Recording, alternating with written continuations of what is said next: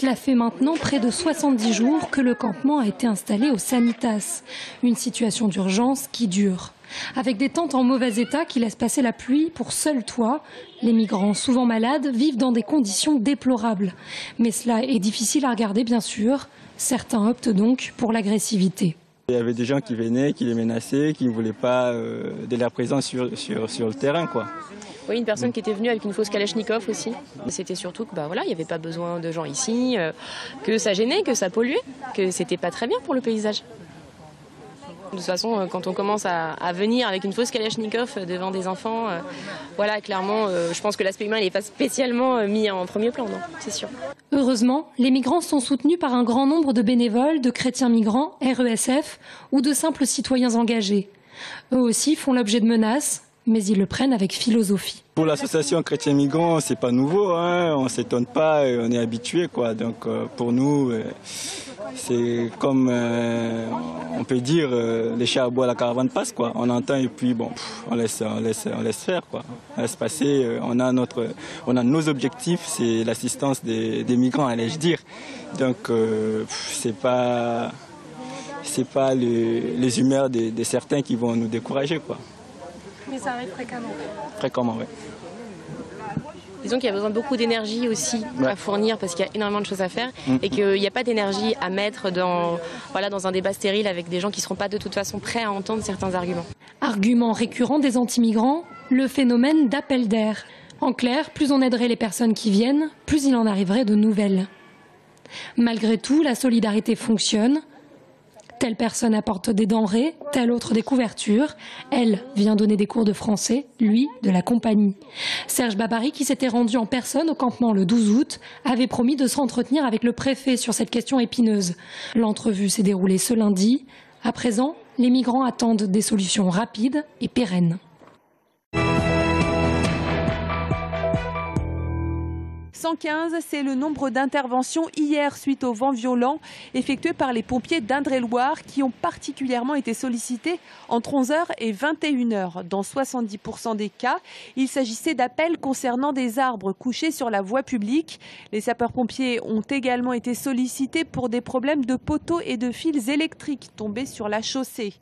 Hier, en région centre, 1000 foyers étaient privés d'électricité. Parmi eux, 100 foyers en Indre-et-Loire et 100 également dans le Loir-et-Cher. Les équipes de RDF sont à pied d'œuvre ce soir et l'électricité devrait être rétablie en toute fin de soirée.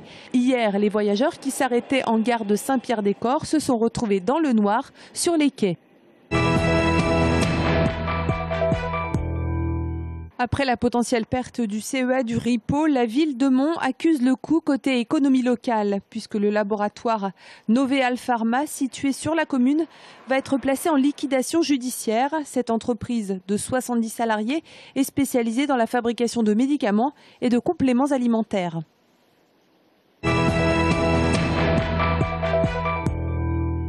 Il n'est pas prêt de détrôner la pétanque sur les boulodromes, mais le molki petit à petit fait son trou. Il y a une fédération française de molki et ce joueur de Vendôme a même été champion de France en 2013. J'arrive à faire des résultats assez régulièrement dans tous les tournois principaux. Donc c'est vraiment un jeu où on se prend très rapidement à la compétition tout en sachant que même les championnats de France, etc. restent un très bon esprit, festif, convivial et à la rigolade, quoi. C'est à la fois de la compétition mais c'est quand même, ça reste très loisir et sympathique, quoi. Le molki, ce sont 12 quilles numérotées de 1 à 12. Si on fait tomber une quille, on a les points inscrits sur la quille. Si on fait tomber plusieurs quilles, on a autant de points que de quilles tombées. Le but, c'est d'arriver à 50 points pile. Et si on dépasse, on revient à 25. Et là, ça devient stratégique. Par exemple, si une équipe arrive à 49, donc il ne leur reste plus qu'un point. Du coup, leur seule solution, c'est de faire la quille numéro 1.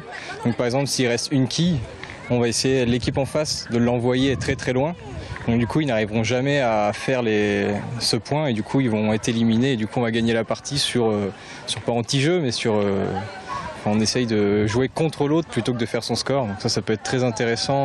Côté vente, le jeu finlandais est placé en tête de gondole dans ce supermarché du sport de Chambray-les-Tours. Son grand avantage, on peut y jouer sur tout type de surface. Officiellement, il a commencé il y a à peu près 2 ans, quand effectivement moi j'ai commencé à l'implanter en magasin. On l'a fait découvrir en faisant des tests en magasin, à la fois l'hiver parce que c'est un très beau cadeau à offrir pour Noël, mais également l'été. On a fait des petites démonstrations sur l'extérieur du magasin et depuis effectivement c'est en plein essor. La multiplication des joueurs fait monter le niveau en compétition. Julien Frenex a emmené l'équipe de France jusqu'aux demi-finales des championnats du monde. C'était en 2014, en Finlande, le pays du Molki.